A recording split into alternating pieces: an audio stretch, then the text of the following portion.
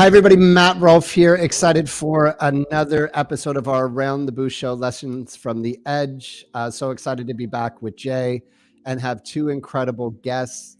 We're very strategic with our guests as we're looking to bring leaders forward to the industry who can share their experiences, people that I look up to and admire. And I'm really excited to introduce everybody to Vanessa, a dear friend of mine from Open Table, as well as Rick, another friend of mine from the Distillery District Restaurant Corporation. That's a big thing. The DRC sounds a little bit better, Rick. But thank you to the both of you. Thank you so much for coming on our show, and more importantly, having a conversation that I hope that leaders watching this can hear, listen to, relate to, and hopefully act differently after hearing some of our conversations to get them the results that they want and deserve for their operation. I'm not talking about P&L results. I'm talking about how do we serve ourselves as leaders? How do we support ourselves, support our balance, support our challenges, but more importantly, support what we're looking to create inside of our operations and our businesses. So before I go any farther, I would love to allow Vanessa for you to introduce yourself to the audience, and then we'll get Rick to introduce himself, then we'll jump right in. Sure. Thanks, Matt. And thanks for having me. I'm really excited to be here today. My name is Vanessa Henderson, and I'm the Enterprise Relations Manager for Open Table Canada. Awesome. And Vanessa, what does Enterprise Relations Manager mean? What do you focus on your daily basis with your partners? Sure. So I work with all of the large sort of corporate restaurants across Canada, helping to optimize their business and improve marketing via our tools. Awesome. Thank you, Vanessa. And then Rick, tell us a little bit about yourself. Rick, tell us about you, the DRC, what you've been doing there. Yeah, so my name is Rick Hotzvik. I'm the Vice President of Distillery Restaurants Corp, and actually more recently added to the title and used second post as Director of Events for the Distillery District. So what I do here is I've been here for 10 years now. It's a long time for a job. And over that 10 years, it's been about really reshaping the restaurant group down here in Distillery District, bringing different flavors of the world to the people of Toronto. I mean, we've got a bunch of different concepts here with El Catrin, the Mexican restaurant here in Distillery. We've got Pure Spirits, the seafood and oyster house. We also have Madrina Bar y Tapas, our Spanish tapas restaurant, and Cluny Bistro, our French restaurant. And then we also do the Distillery events, which we do about 800 events in a normal year. A lot of weddings, corporate, in the fermenting cellar, the distillery loft, the Cluny private dining room, and our KO. And then on top of that, we also do large festivals. Some of you might know the Toronto Christmas Market, now known as the Distillery Winter Village, where we serve about 600,000 to 700,000 people over the course of a month and a half. And that brings, the sights and sounds of Christmas to Toronto with a massive tree and all kinds of other fun stuff and a lot of mulled wine and some fun food. And so that's, we have a team of about 500 odd people that serve here in the distillery and make it all happen, bringing experience to life. Awesome. Thank you, Rick. And thank you for sharing with the audience. And what I want the audience to hear with our two guests here is we have Vanessa, who has the opportunity to interact with the top operators across the country and help them move their businesses forward, really bring them value-based solutions through Open Table. So not just what Open Table is, but the value that solution can bring, and can hear from them. And also as part of the team that is Open Table, this dominant company that's really taken over an industry in its space. And then we have Rick, who from my side has one of the most engaging, interactive, what I said in the prep call here, breathing environment. This property is just fluid with all these events, incredible, some of the best restaurants in the country on this property, but right now running the Italian Film Festival, and showed some pictures last night. It's just such an incredible, dynamic property. And I look forward to these two amazing leaders sharing their experience with us here today. And then also, Ashton, are you there? The legend, the man, the rock star, Jay Ashton. We just want to make sure people know you're there. I'm still here. I'm just sharing this with a few million people today. So that's what I'm doing on the backside here. No pressure, Rick. No. I know. I see the numbers ticking up. 2.2 million people watching this right now. Pretty incredible, Jay. Great work on that. But let's just jump right into it and just be casual with the conversation. And I want to have some fun here today. So I'm going to bring some energy that's playful. As a coach and as a leader, one thing that we are in control of is the state and energy that we show up to a conversation. Sometimes on the Around the Booth, we'll be a little bit more controlled, a little bit more fluid, a little bit more focused. Today, based on the conversation, I want to have a vulnerable, deep conversation, but do it in a playful way, because I think that the leaders in our industry need it. And I think you'll see that from Rick and Vanessa, that what I admire, one of the things I admire most about both of them is how they choose to show up every single day and represent their personal brand, but as well their team and their people. They are two of the most consistent people I've ever met in my life. And with all the things out of our control right now, with some breathing and focus, what we can control is how we show up. So to jump into our first question, Vanessa, I'll start with you if that's okay, is what have you learned about yourself as a leader over the last couple of years, and how has it changed the way that you interact or lead others? Tell me a little about the journey over the last 2 years. Right. Wow. It's been a challenge. And, I don't work within the restaurants, inside the restaurants anymore. But what I have seen in terms of what's needed in leadership over the past couple of years, working on the tech side in a really decentralized team, the word that comes to mind is grace. We had to find and give grace on absolutely every level. And that meant being transparent and being able to build trust through vulnerability. I think you said that. And trying to make those connections virtually has been really, really challenging. I think the reason we're in the restaurant business is because we're people. And for me, I was enabling restaurants to stay afloat and to help support in ways that they'd never even thought about before. And for me, my personal sort of mission was to have my camera on for every meeting. I didn't care what anybody else was doing, but I was going to be present. I was going to be face forward. It could have been the worst day of my personal life, but I was going to be there because, I'm a people person, and I needed to just say, wherever you're at is great for you, but I'm here. And I think that piece allowed people to be vulnerable with me, share deeper. And that's when we can get to great solutions, when we can really share what's going on. And just because I think, that, and we're all going through challenge and change, and we choose this path as leaders, right? We chose the path of resistance and to get to the positions and responsibilities that we are. But when it comes to your own value system, what drives you to show up that way, to make that decision, right? So a lot of people were camera on, and then a few months in, we went camera off, and then I think I was on a bunch of calls. I don't know if anybody was actually on the other side of them personally. So it's just like people really started to disengage. But what makes you, have that drive to show up the way that you do? What made you decide to make that decision to stay connected, stay present, stay on camera during the pandemic? I think for me, it was a necessity to put forward the energy and the love in any way that I possibly could to engender that back from my clients, from my restaurants. As restaurateurs, I joke all the time, restaurateurs are like hearts on legs, right? They are heart forward, they are fast moving. And when you are, screen to screen this way, the only way to connect with people was to be as human and present as possible. So that was really it. It was, if I show up and I'm face forward and I'm, real and vulnerable, and I'm not just the letter V on a screen. Yeah. Right. It's good. Yeah. It's just the only level of connection that we had for so long. And I was not willing to cut off the only way I had really to meaningfully connect in that somewhat tactile way. But sure. That's really it. And is there any time when during the pandemic where you've shown up and somebody just tapped you on the shoulder and said, "Hey, thanks," or somebody like, is there a time where, not that you were doing it for recognition or gold stars or to impress anybody, but what I've heard is the amount of times where people have, for me, reached out and said, "Hey, thank you for bringing different energy. Thank you for changing the state of the group." Or just yesterday, I had a great friend reach out that I work with and said, "Thank you for checking in." And I know something personally, I know how great you are at that, but has there been any experience there where just that consistent effort, somebody tapped you on the shoulder and said, "Thanks," or "Now that we can," gave you a hug and said, "Thank you"?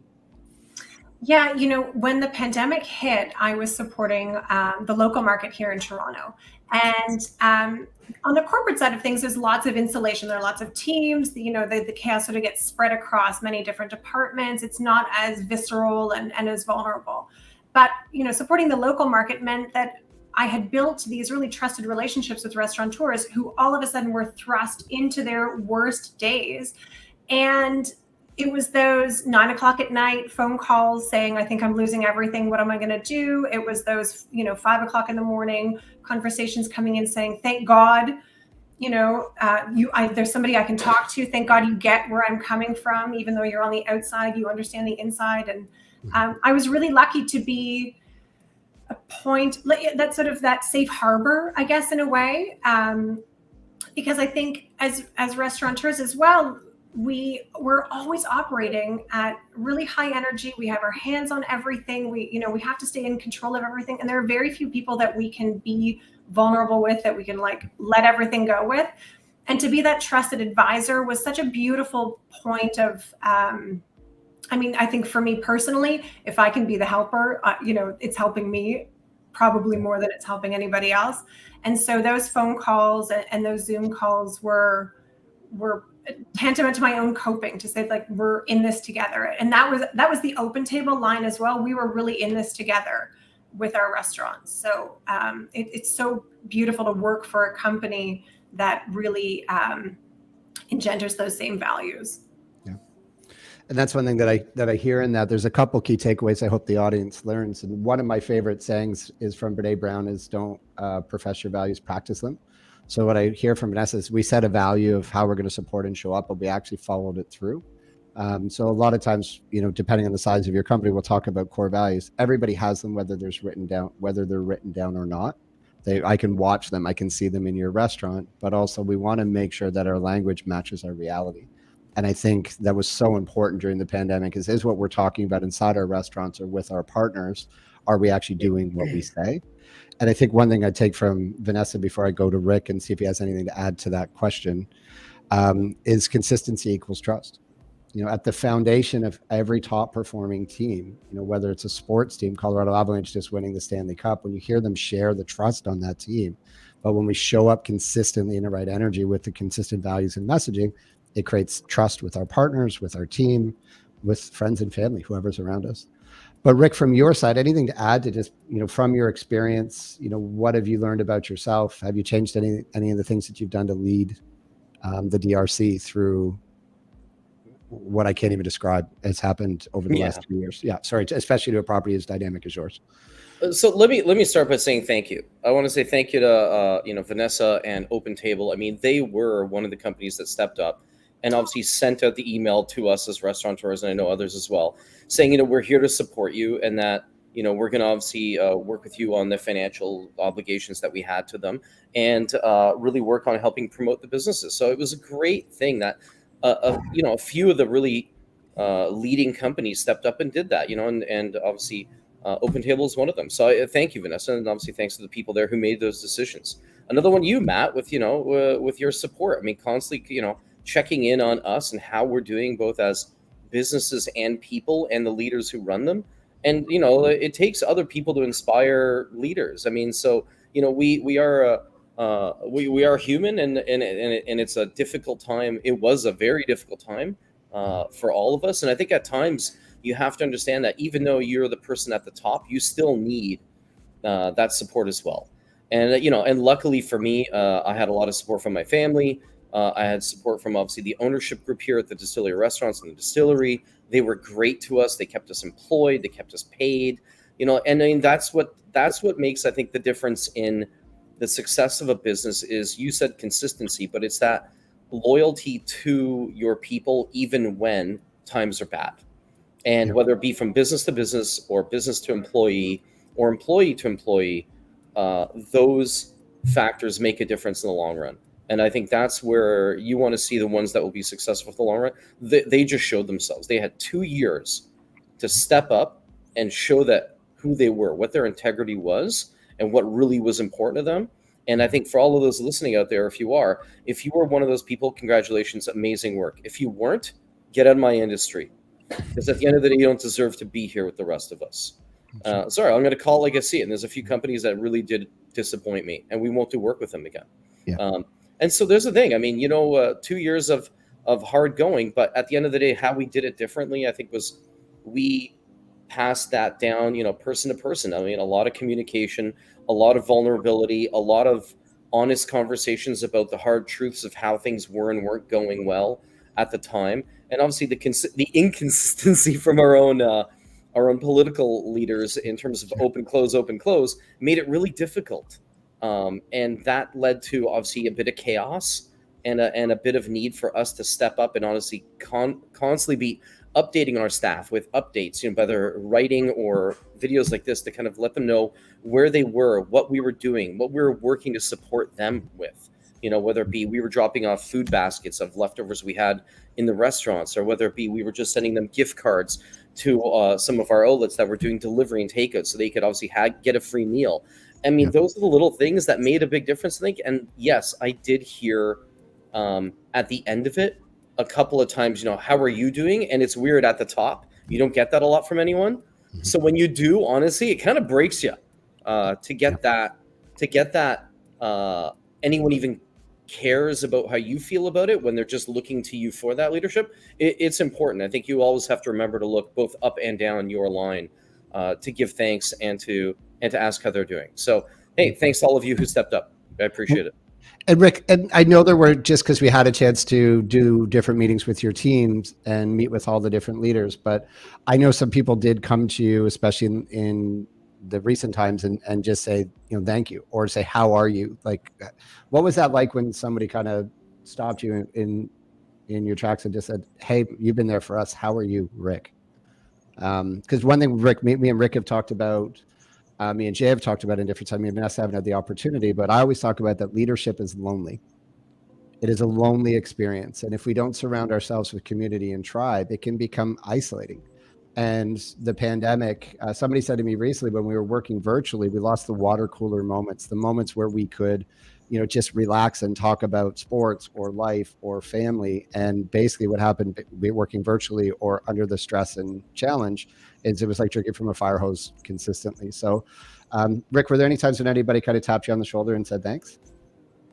Yeah, I think How did it feel? Sorry, I want you to start. I apologize. Sorry, just how did it make you feel? Because I think that's one thing for people to hear. And if there was an experience, I don't know if there was. Yeah, I mean, there were moments. There were few and far between, but there were moments definitely where, people would, whether it be actually one of the owners here would call and check in on me, every once in a while, and just ask, how you doing? How are you dealing with this? And really giving a bit of appreciation as to what I had been doing in terms of that communication. And so with that, I think it was amazing to get that. How did it feel? I mean, it felt nice to be noticed and appreciated. And it's really hard, I guess, at times when, you're the leader, everyone's looking to you. But you know what? That's the job.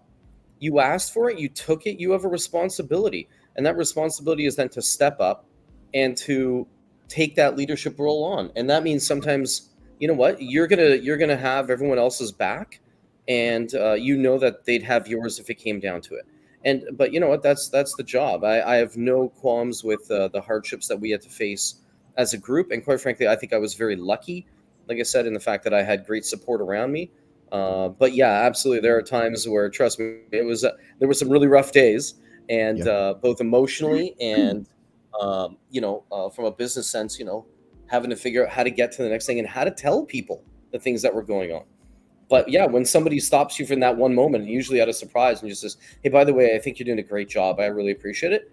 It almost breaks your heart a little bit, right? You're like, okay, like, you need that every once in a while. And it almost like it hurts, but it's a good hurt, I guess.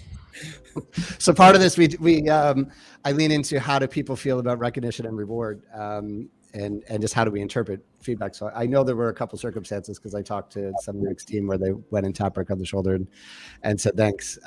That's for Rick to share, but they're beautiful moments, right? I think we saw the human side of what we went through. So some at points during the pandemic, I think all of us, the four of us on this call, had to be robotic and just find a way to keep moving forward. But what I hear from both Vanessa and Rick is, what leadership is. Sometimes we have to look at the day and the week in front of us just to keep our feet moving forward.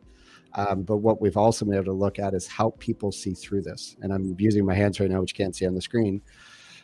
as I'm a hand talker, but how do we make people look at 3 months, 6 months, 12 months out? Before we used to do 5-year business plans, and I think in the restaurant industry, not in the tech space, but the restaurant industry, that's a long time. But really, how do people buy in? How do they trust us again? And I think what Rick did is he continued to communicate. What Vanessa did to her partners is she just continued to stay connected and communicate. One thing I ask of you before we transition to a commercial here in a second, Jay, or just a short little break, is I ask you, please, to the audience out there, please continue. Just because we've reopened and we're operational, no matter what your structure looks like, if you're working, in an office or you're working in a restaurant, communication is as critical today as people are in restaurants, understaffed right now. Can they see the path through? And we need to continue that relentless focus on communication, because again, if we go in front of trust, communication consistently equals trust. And I'm hearing from a lot of leaders and managers that some are very clear and charging forward and seeing great results, and others haven't heard from their managers or leadership since the reopen other than to operate, and it leaves us a little bit exposed. So Mr. Ashton, what do you think? Do we need to take a quick break here? Yeah, I think we'll just take a quick break and then we'll come back, and love the conversation, where it's going. It's awesome stuff. Very cool. So we'll be right back after this quick message. Here we go. Looking for staff training? Food cost advantages? Interested in robotics for your business? Cisco Advantage features best-in-class companies to make sure you have the right tools to optimize your business and increase traffic. We have negotiated exclusive Cisco discounts with business partners to help you compete, stay in the game, and focus on what you do best. Our collection of offerings includes specialized services, technology, tools, and personalized consultations designed to make you more efficient, increase your profits, and make it easier for you to manage your operations. Visit cisco.ca or speak with your Cisco representative to learn more.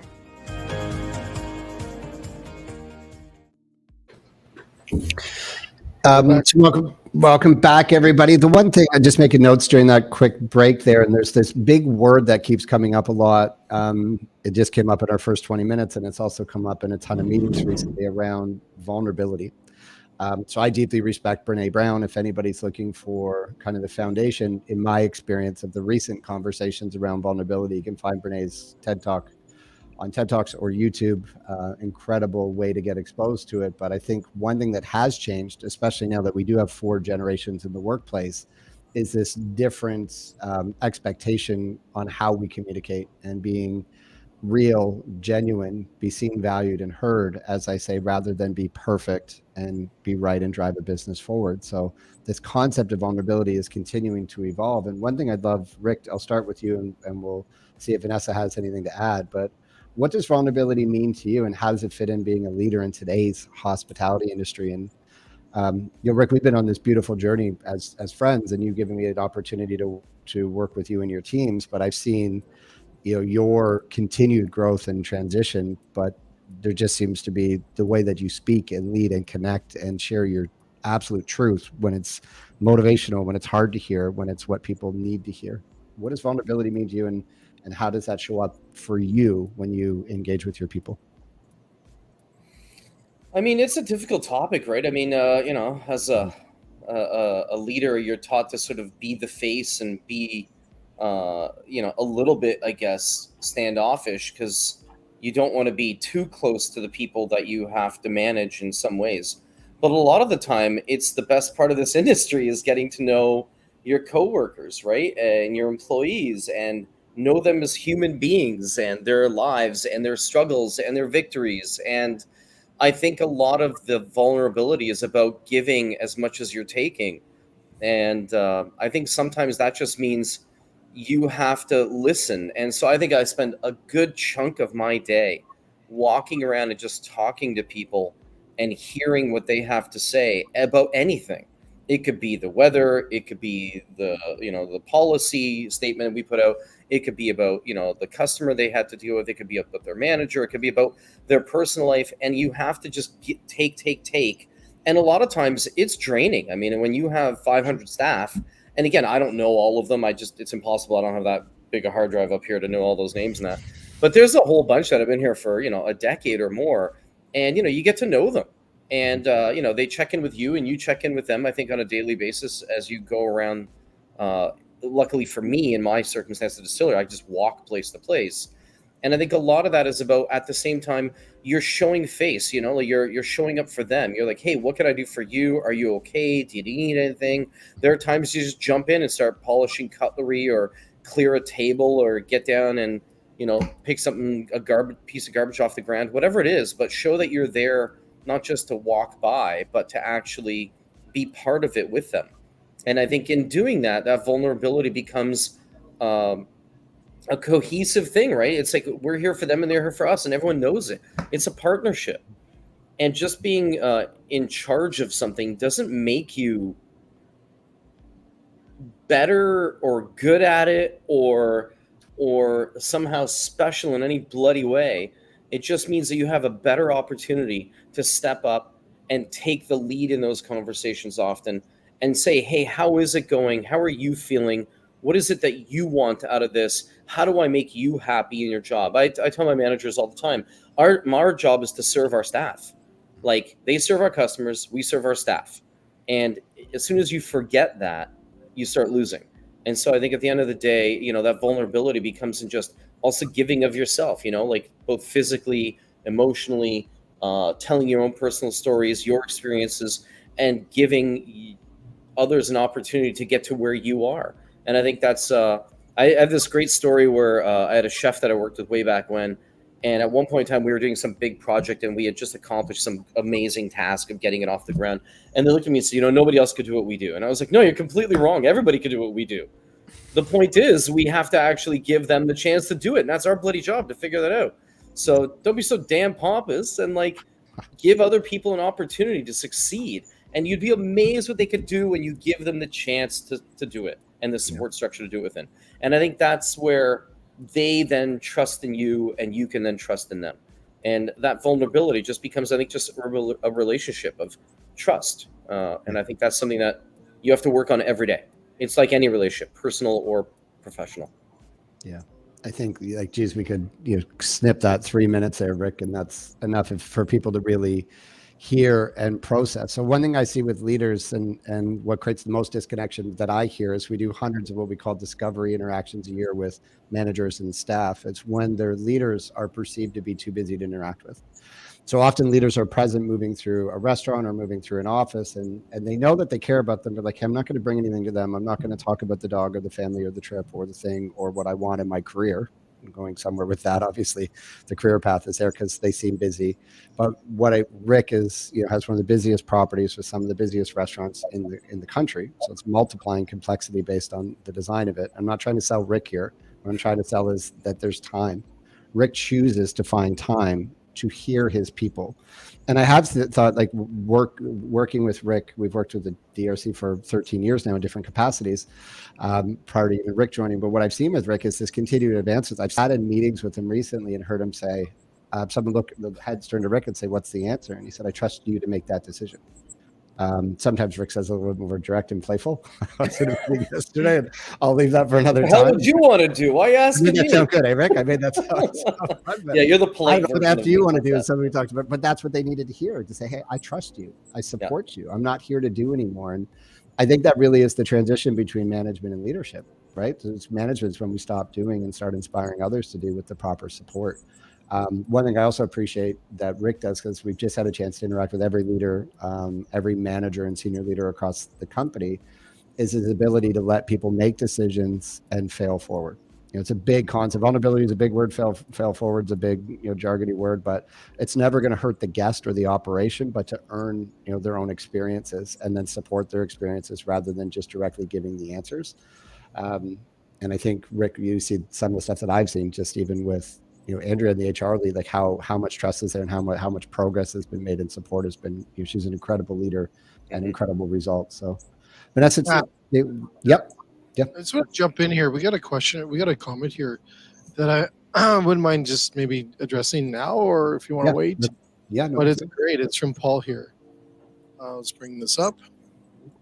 So Paul's also kind of stoked here. The first time he's ever heard someone else other than himself acknowledge that everyone can do what we do. I was on a show just recently, and it was actually not a show. It was a different podcast I was doing, and someone had said that a on this comment that, like, I believe the same kind of thing, that we all need to work on that muscle, let's say, of leadership, and we can all do what others can do. So Paul's mentioning that there. So anyways, I'll move it over to you. Yeah, so I think just to move to the question there, I think it's more of a statement, right? So this is vulnerability in the statement where someone's reaching out, through a social network. And thank you very much, Paul, for sharing, especially as we live stream here. But to say, people were designed in our industry say, I have all the answers, I know what's right. That we limit ourselves because no one else can do what I do, or they would be me, or they'd be in the way. But look at Rick. See, I know how to get Rick riled up, but I wish I could share what. I wish I had a word bubble beside his head right there, because I'm pretty sure I could. There'd be an expletive right here. Yeah, trust me. We saw your lips move. I was told not to swear.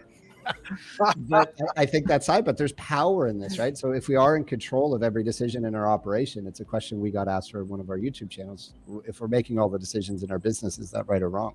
I'm not the one to make that decision. It's just a style of leadership. But thanks, Paul, for acknowledging that. But thanks, Rick, for the honesty and for the truth.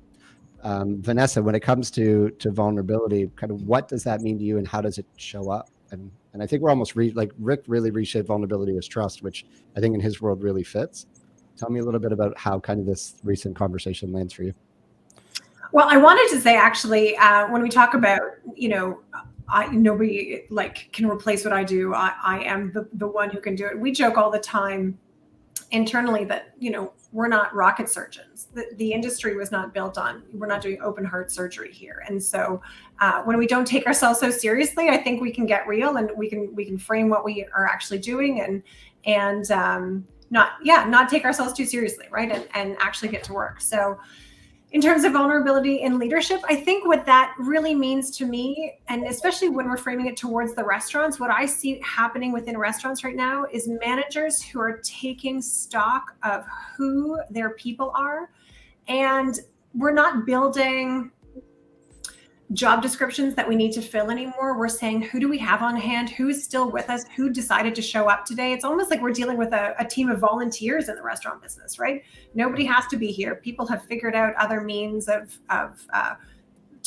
bring in revenue. And so those who are here are really intentional. So what are they great at? Is that host amazing at social media? Give her the Twitter handle. We're seeing, especially in like big organizations like hotels, we're seeing former banquet managers who are now the directors of F&B, and you sort of have to really get to know who your assets are, where the assets lay, and then use them as part of, their puzzle pieces in that team, right? And not everything is going to fit into that perfect box, but I think that's where that vulnerability in leadership comes from, to say, like, I'm here to understand you, to encourage you, to invest in you, and to protect you by all means. And, how does that help serve what we're all here to do together? And it's not going to be that perfect box. It's going to be great. We're going to take a little bit of this and a little bit of that, and you show up really well for this. And, maybe we're going to claw that back to make sure that our team is holistically complete, but not in these like really perfect models that we've seen before. So I think that it's been really interesting that way. Yeah, I love that, right? Like that, because we really are here on this show. We're trying to talk about the people element of the business. And one thing that always gets praised is Jim Collins said, right people on the bus in the right seats. But what I really like that he said, in his book, his earlier book, Beyond Entrepreneurship, is first who, then what. We look at Jim Collins, got some of the best work out there as an author. If anybody hasn't read his stuff, I highly recommend it. But that first, do we have the right people? And I watched, through working with Rick and his team at the start of the year, they did reposition some leaders. They repositioned people in different roles and different capacities, which I thought was. I had the leaders reach out to me directly, which we won't share who they are, but they were very happy with the transition. But Rick's leadership team, and not Rick, his team, as he's inspiring his team to put the right people in the right positions. But one thing I have to talk about as a coach is, and it sounds that not insensitive, that we do an inventory of our people. Who is on the team, what do they want and need, and are we in alignment with our people? Because once we're in alignment and we've communicated properly, we can move forward. If we don't have the right people in the right positions, and we're not in alignment with what we want and need and what they want and need, then that's where we continue this turnover. One of the most terrifying statistics I heard at the Restaurants Canada show was through Technomic, and Jay, you were with me thank you for that opportunity. But they show that 17% of hospitality jobs across North America are currently vacant. I think Vanessa said it best. Like, it is like they can go, like they have the leverage. The employee has the leverage, whether it's manager, leader, or hourly staff member. So we have to figure out ways to communicate, connect, and build trust differently. And again, I think that this big word vulnerability, that's almost a buzzword. It's, I think what Rick and Vanessa just did for me is they made it real. So thank you for that. I'm going to go on to our next. This is one of my favorite questions to ask leaders, and we just wanted to make sure to get it in, because often when I'm working with clients, and Rick, I'll come to you first with this, is we're talking about what other people need to do to get a result. So often when I work with the team, we're like, this manager needs to do X, change this, do this differently, be different. We need different people for that restaurant to work. But the only person I can coach in my work is the person right in front of me. So Rick, in order for your people to get the results that they want and deserve this year, what do you need to change as a leader? So what do you need to do different in order to allow and inspire your team to make the shifts that's going to move the business forward? They need to know what the expectation is. Simple. Yeah. I mean, at the end of the day, if you just give them the key, like this is the restaurant industry, half the time is here's keys, have fun, run a restaurant. And I think at the end of the day, it's you have to now keep telling people what that expectation level is. And if it changes because the industry is changing, if it changes because our staff situation is changing, if it changes because the government policy has changed, all of those things require us to just readjust what that expectation level may be. But if you don't know what your goal is, how are you going to achieve it? How do you know how to win if you don't know that putting the ball in the net is the thing? So at the end of the day right now, we actually just did this because this is great. Matt, you helped us with this. I mean, we went through a whole bunch of meetings with our management team to get out of them where they felt some frustration. And some of that was like not knowing how to win. So we're just as guilty of this problem as well. And I think one of the things we did right away was like, okay, well, let's define that. So we offered up voluntarily to any manager who wanted to take part to show up to these manager goal setting meetings that we kind of had. People showed up and they, vented what frustrated them, what they didn't feel they knew. And it's weird because for someone in my position, I was like, what do you mean you don't know? Isn't it obvious? But I guess there's the blind side of it all, right? You have to know when you haven't listened or communicated it properly or given the detail needed for them to feel successful. So we did that. We had started writing it down. We did a bunch of those big sticky notes on the wall and did that kind of thing. And then from there, we just diluted and distilled. I mean, distiller, just like we distilled and distilled until we got to, the core group of the list of things. And then we, quite frankly, took that as smaller and smaller groups and just kind of made that a list of the top 3 things per our priorities. I mean, we have 3 priorities at the DRC. We talk about them all the time. It's our guests first, the guest experience. It's our people second, and it's our business third, and in that order. And so what we did is we allotted 3 management goals per priority in order to create 9 overall goals that I could actually work to achieve on a day-to-day basis. And if you do these things, you're winning. You're succeeding. You're doing the right job. You're doing a good job. And then in that, you'll get recognized for that. And I think that's where you have to first set the expectation. And that means taking some time to actually figure out what is it they think the expectations are and making sure that they align with what you feel they should be as well. But again, sometimes you're wrong. I mean, I was like, oh, I think we should do this. They were like, no, we want it to be this. And listening to them, I was like, yeah, you know what? You guys are right. And so, like I said, anybody can do our job, but also everyone should have a voice in giving direction to how the company should be run. I think the whole idea of having a big team of people is you have that many more brains and that many more eyes on it. Why wouldn't you take that opportunity to learn from them? There's a great story that Jack Welch tells us in his book Winning, and it's about every year, I guess, they would fly people down from all over, their factories all over the US to a certain training center. And one time they had a guy come down and he'd worked for the company like 40, 50 years or something, one of these old timer guys. And they looked at him and said, what have we not done right? And the guy looked at him and said, for 40 years, you've had my hands and you could have had my head for free the whole time. And they just never asked him. So like, duh, like let's ask our people what it is that they feel they could add to it and then use that. They want to be helpful if you let them. Yeah. But you have to be open to asking, open to their input. You have to be ready to push back when you think they're wrong. but you also have to be willing to say that, hey, I was wrong, and I can learn from them as well. And so if you do those things, I think you can find a way to really, make change that is valuable, and that the managers themselves, the people who work for you, find valuable.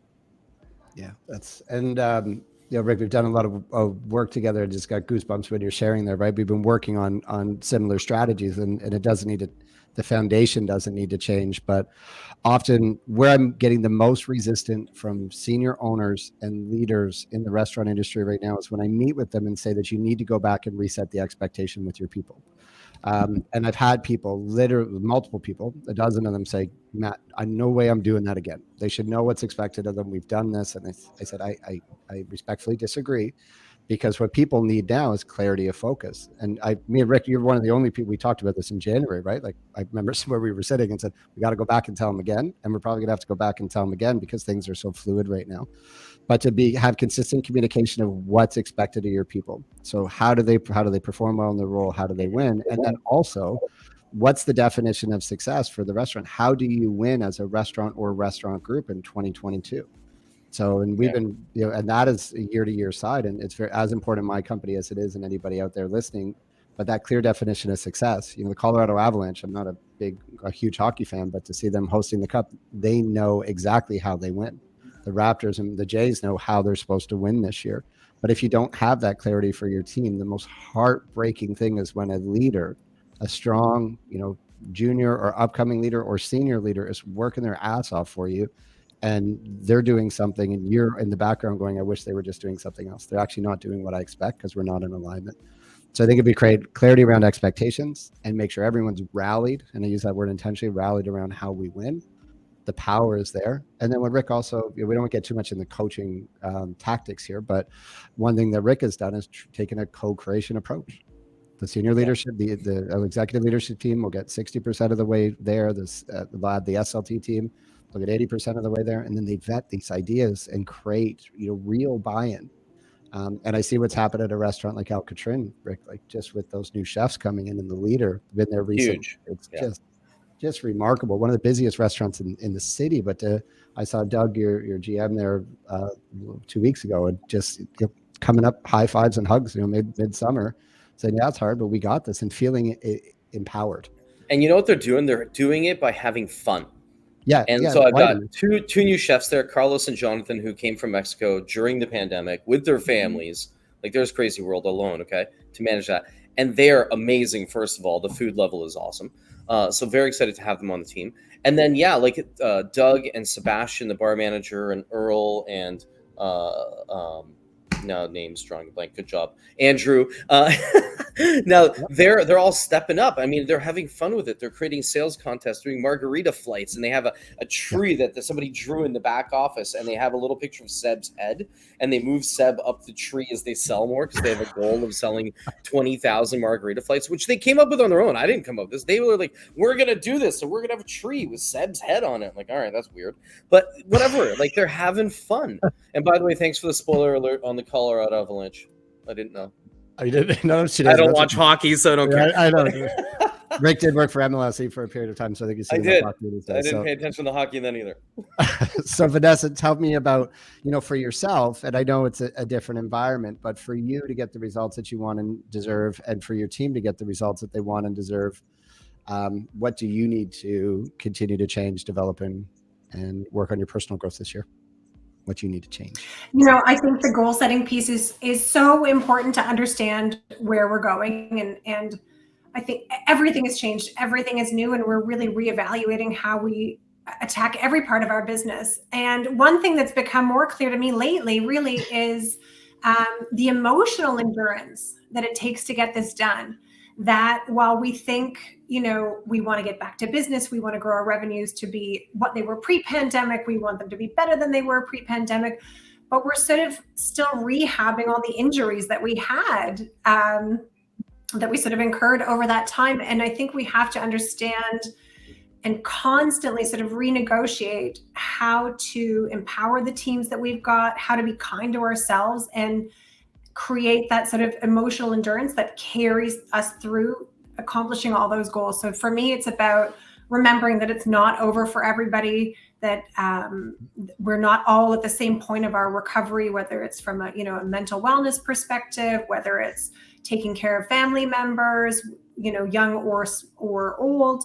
And so I think, to me, it really, when we talk about vulnerability, it's not letting go of that just because we want to get back to business, and we crave that normalcy, we crave that return to, you know, what 2018 had in store for us. So just remembering that we're all still slaying some dragons behind the scenes, and we have to be mindful of that as we go to accomplish those goals.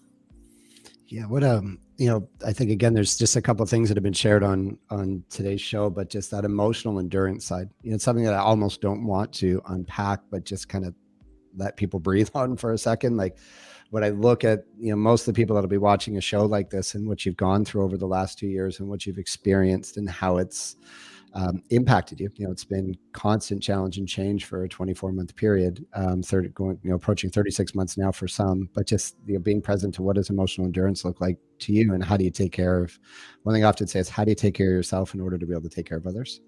So again, I'll say it again, how do you take care of yourself so you're able to take care of others? But just if you spend some time over your morning coffee tomorrow or a beer later today, is what does emotional endurance look to you? And it's okay to ask for help. We show a lot of content in our sessions, and we talk about, you can't be there to help others if you can't ask for help yourself. It's actually proven that if you're just there helping others are asking you for help and you're not able to help, you're actually judging them when you ask for help, whether it's conscious or subconscious. I don't want, like, that's a big statement, but if you can't receive help, and then you can't just give help, you'll end up drained and empty, and it creates a very disconnected relationship with your people. So what I love about the most senior leaders is having the opportunity to ask for support, and whatever, like just emotional endurance. I think it's a phrase that we'll definitely bring up in our conversations tomorrow morning. So as we kind of get into the back quarter of our show today, we just wanted to go through a couple more questions. And Vanessa, I'm going to come to you because your energy and pace inspires me. But what is your routine? What are the practices that you do consistently that allow you to continue to be the person you are? I want to say high performer, but let's strip away the jargon. Just the person that you are and why people come to you and trust you. Like, what does your routine look like, so you are grounded, fulfilled, and able to, you know, be plugged into so many different people and support them as you do? Well, you know what? I have to share this. When we talk about the supports that we build into our lives, to me, throughout the entire pandemic, the dog park, we got a pandemic puppy, like so many, and the dog park, I say it often, it saved my life. And so when we talk about things that we do every day that help to bolster us as people out there in the world, the dog park to me was the place I could go every day without restriction. I felt like the GM of the restaurant there, where I could go to, you know, different people with different dogs. I could, you know, nothing gets, it's like being the GM of a restaurant, right? You're going to touch all of the tables. No conversation is getting 10 feet deep, but you are part of the daily lives of this core group of people who, you know, you're all there for the same reason. You're all 6 feet away, but still wanting to connect. You're watching the most hysterical things play out before you with those puppies, you know, turkeying around as they did. And to me, that, like, just depending on having to be somewhere, I live in a condo right downtown, so I have to have all this intentionality in owning this dog, right? We have to be out 3 times a day. I need to be in this park.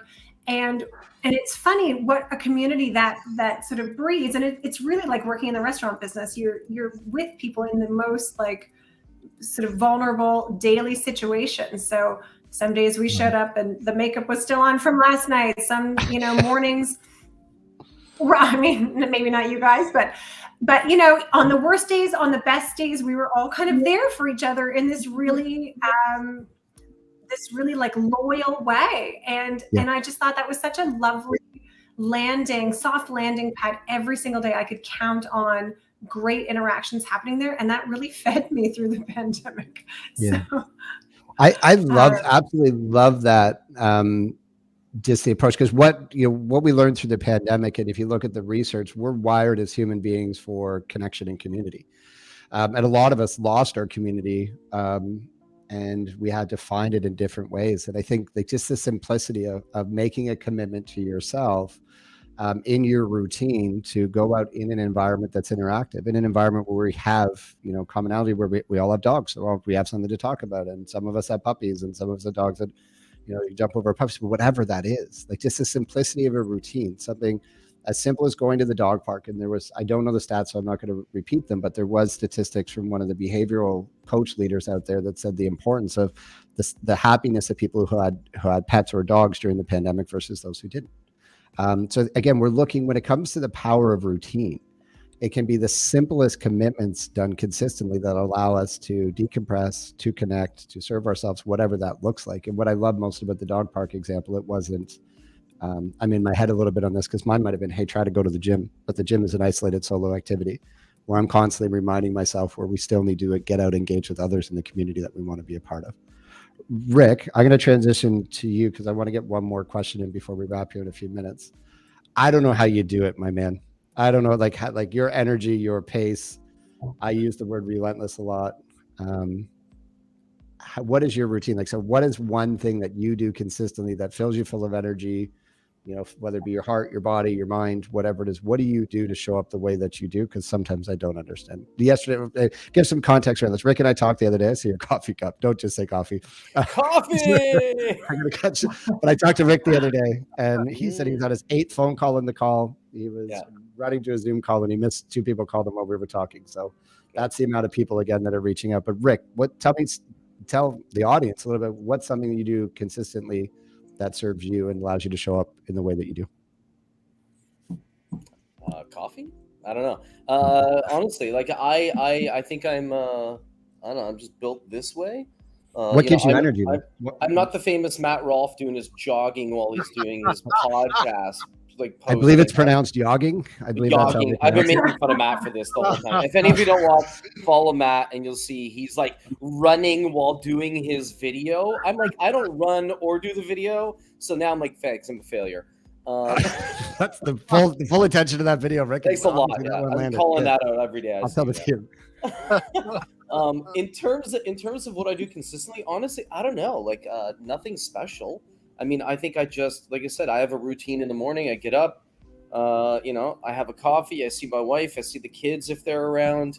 And honestly, I think for me, that sounding board or that normal piece is home. Yep. And, I wake up every day in my own bed and with, a family full of people I love. And I mean, as much as they're all in their own crazy teenage to 20-something-year-old world, it's interesting and dynamic. And I mean, while I've been on this video, we've been texting back and forth stupid things because my son graduated today, so we were making fun of him. That's, I guess, my reason d'être, raison d'être, the reason to be, and it's what keeps me sane. And I mean, in terms of other consistency, I don't know. Can I change the question for you? It's normal. Yeah. Why do you care so much about your people? Like, why do you? I don't want to just. You have a passion, like a fire that burns. Where does that care and want come to serve your people, to serve your guests, to serve the community, and like all the boards you're on, like just your. I don't know. It's just who I am. I think it's the way I was raised. I mean, I'm. You mentioned before this whole thing that you're going to ask about maybe birth order. I'm the eldest of 3. I have 2 little sisters. Growing up as the big brother, I guess to some degree, you learn that your job is to. And trust me, as an Eastern European, we're Croatian in my family, immigrants here. I'm born here, but my parents came over, and I mean, it was always instilled. Like, you take care of your sisters, you take care of your family, and to me, this is my family. And it's my job to make sure that I show up for them and I take care of them. And whether that mean the staff member or whether that mean my guest in front of me, I mean, that's my role in life. It's who I think I am, and it's the way I act. And so at the end of every day, I mean, I believe I'm here to serve others. It's who I'm just built to be. And at the end of the day, I thrive on it. I enjoy seeing the results of that. I enjoy seeing the people who progress in their careers here. I've had many people, I do lots of interviews still, kind of thing. And I mean, I love meeting the young people who, quite frankly, are way smarter than us now, way more well-informed, way more technologically advanced. I mean, we're just dinosaurs waiting to die off here. And at the end of the day, I mean, they're the future. Why wouldn't I encourage them and give them perspective that I can, and hope, and a vision that I have? Because it's that whole, like, if I only knew what I knew now, what I from 20 years ago kind of idea. I think you have to give that, and I mean, not everyone's going to take it. That's fine. But it's the same thing as being a parent. You're always teaching your kids, hey, I would have done it a little bit differently here, or here's some great things I did, and you could follow those examples. I do that with everybody. I treat every one of the staff member as if they're part of my family, and I think I try to give them of myself that energy. And I know sometimes I have to put it on. Yeah, there's not every day that I feel up to being here or being brave and faced and excited about things. There's some days I just kind of like put it on. There was a line in one of the training manuals. I remember when I was a younger manager, and it was like, you're always on stage. And I think that's true. I think you have to sometimes put on the brave face and show up, even if it's not necessarily how you actually feel inside, but usually it helps get you there. And if you give that, you'll get that energy back. And I think that then just feeds. So it's like a self-fulfilling prophecy of it. So I don't know. Yeah, that's what I love about getting Rick into some deeper stuff, right? So, I don't know, that's just it. So it's like, it's just I'm like, but again, we want to see a little bit of crazy. Well, Okay, yes, a lot of crazy. I'm Whatever. in the club too out of that. But when we look at our wiring, and we talked about that briefly coming onto this call before we opened up to the audience, it's just like we have a belief system, and I love what Rick shared. Belief is family, and belief is that's how he's going to support his people and his guests, and it shows every day. And I'm going to go just in 30 seconds to 60 seconds. Vanessa, I'll come to you with our closing question. And I think this is one thing that we want to clip. But if there's one lesson you could go back and teach your 20-year-old self that would make it better, faster, stronger, easier, less stressful, more successful, more happy, what might that lesson to yourself be? Oh, wow. That's a big one. Yeah. That's a big one. I think, you know what? I think there are two parts to it. I think a lot of us got into the restaurant business as a way to facilitate life as, teenagers or 20 somethings. And it was just like an easy way to like hang out and make quick cash and, drink more than your friends did. And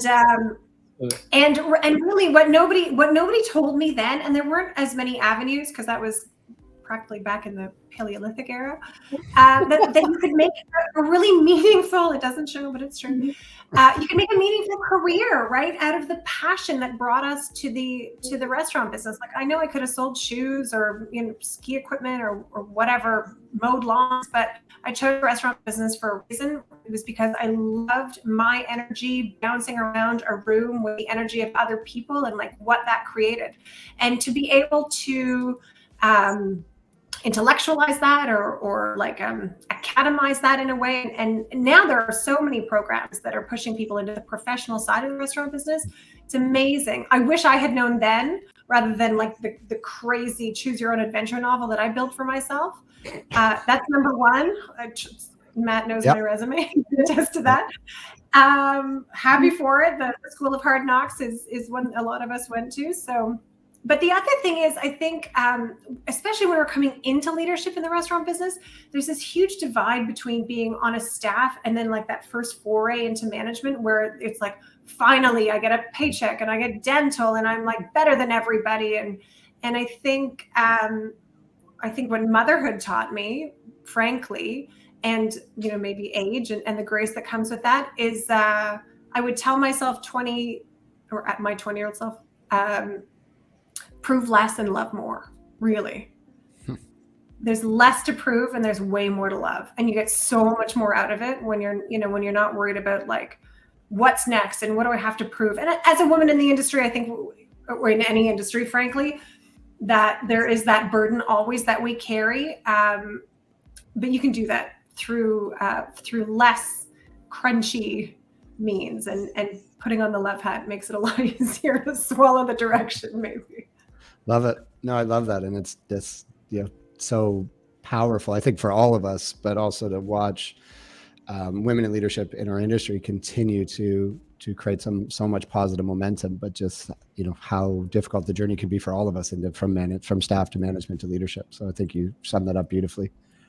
Rick, from your side, what's one lesson you wish you could go back and share with your 20-year-old self? And then Mr. Ashton's been in the background. So Jay, I will ask you this question to close us out before we wrap. Oh no. I wish I had You've enjoyed got my hair 22 more when seconds. I Rick, you had gotta it. do the one. Sorry. I wish I had enjoyed my hair more when I had it.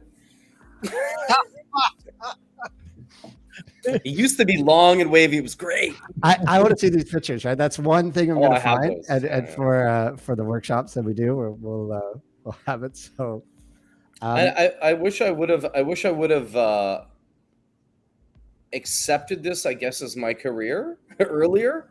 Yeah. You know, it's the same like you know, Vanessa just said. It's like, yeah, I got into it. I was you know, I was drunk in a bar when I got hired. You know, in my first restaurant job, and I don't know, it turned into a career that I, quite frankly, really enjoy. I didn't ever expect this to be where I would go or what I would do. My mother said it best one time. I told her kind of the things I was in charge of, and she was just like, "Why are you in charge of these things?" I don't know either. You know, you know, I think she's like, "Really? Who let you be in charge? I've seen your room." Anyway, but Yeah. but it's one of those things. It's like you just kind of evolve into who you become. It's the choose your adventure, as Vanessa already said. But yeah, I wish I had known I was going to do this earlier, had made more of a plan of it, and then and I've been really lucky and really fortunate to be given the opportunities I've been given. I wish I had planned it out a little better, so I would have just gotten just been a little more educated, a little more smart about it, and you know, like really dedicated myself to it, because at the time I was working 4 jobs. So I don't know. It's just, yeah, find what you love, and if you find it early enough, get on it. Love it. Well, that brings us, Jay, I'll bring you back in. Anything you wish you could go back and share with your 20-year-old self? I know we're breaking the hour here, but That's fine. That's fine. You've never asked me this question. I've watched you ask this to a lot of people, and I'm always like, wow, what would I say if Matt ever asked me this question? You know, it's funny because I feel like I've had like 3 or 4 different lives. I don't know if you guys have ever felt that, but it feels like, you know, you had your young life. I was actually calling it chapters last night to my kids because I'm going into a new chapter in my life right now. I call it the crazy chapter. Matt will understand that more than anyone. Is I would tell myself, don't listen to anyone. That's one thing. Don't listen to anyone. Listen to yourself. And a lot of people, I don't know if you guys ever feel this little bit of, you kind of have this dream of where you and what you want to be, but it never necessarily plays through until you're later. Maybe you're older and you understand the power of that. So I would say to myself, when I was 20, is don't listen to anyone. Listen to what those little dreams you have when you're sitting there staring at the roof or in your room, or you know, working in a restaurant, all these different things, or wherever you are. I would say don't listen to yourself. Listen to those dreams and to really look at those, because you never know what they're going to turn out to be. I would also tell myself, don't get into debt.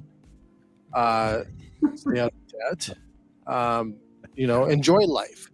Watch the monetization of products or things and stuff like that. Like, do you have to have a car that's fancy? Do you have to have all these things?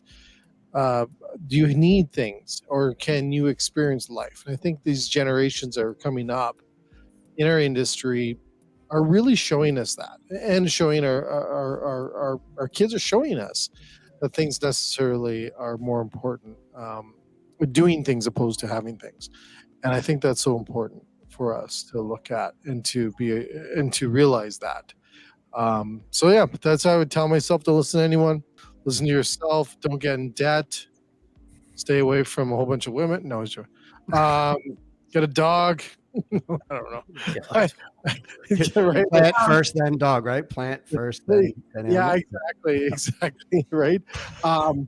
And you know what? And another thing too is the last thing I just want to shape up, because I just listening to both, you know, to Rick and Vanessa and yourself talk about all these amazing things, is enjoy life. Really enjoy it. And I know everyone says it and it's cliche and blah blah blah, but it's pretty special what we get to do in our lives every day. And it may be, you know, a server doing something different, or doing, serving coffee, or a chef creating a dish. When you really step back and looking at this really crazy world we're living in right now, just enjoy those things. Enjoy every minute you have on this planet.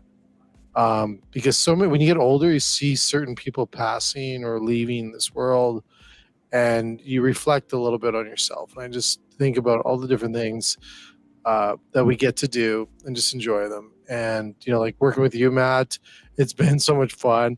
I've learned so much, just getting to know you and to see you, blossom through these shows and our network and everything else that we're doing. So it's just a pleasure, but just appreciate life. It's pretty cool. It's pretty precious.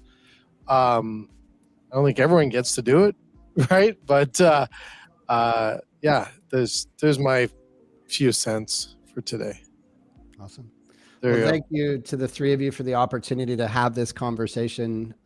I can tell you it's been one of the most valuable conversations I've had in a while, and I'm just grateful for leaders in our industry that continue to show up, share their truth, share their story. The Mavericks, eh?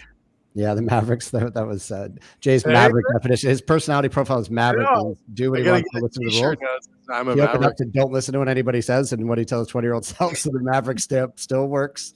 If anyone wants to know, Rick is also a Maverick in definition of this is shout out to Jason Taylor and predictive index of Yep. that reporting. Yeah, if you want to do your personality profile, reach out to Jason Taylor. But Jay and I are on the Vanessa and highway I to are the still danger going zone. through our updates. I think that I don't know if we would qualify as the Maverick, but trailblazers, I'll call us. That's now I'll make up a There term. you So There you go. thank you for the opportunity. Thank you for the time. Thank you to Cisco for this platform to drive a different conversation. We're not talking about food product stuff and things. We're talking about us as people. And I thank you for the ability to talk to more leaders in our industry. And we'll see you on the next show in the next season, I think, right, Jay? Yes, season 3 is coming up in September, and I just also want to thank Vanessa, Rick as well, being on today's platform and today's show. You can catch it later today at 7 p.m. and then this weekend on my channels. But Matt, also just a huge shout out to you as well for really jumping on board with this back a year ago almost. I think August or September of last year, and just giving us this opportunity and really sharing the amazing stories you have with these amazing leaders. So thank you for everything you've brought to us on your show around the booth. But we're going to have Matt back in season 3 if Matt will come back. And we will have more great conversations like this. So, and to everyone else, we're on tomorrow, last show. And then Matt and Chris on Thursday is going to interview me about the 300 and some shows I've done over the last couple of years. So you better be ready for that one. Yeah, thank you, everybody. Thanks, Jay. So Thanks, you. man. See you, Vanessa. See you guys later. Bye-bye. Bye.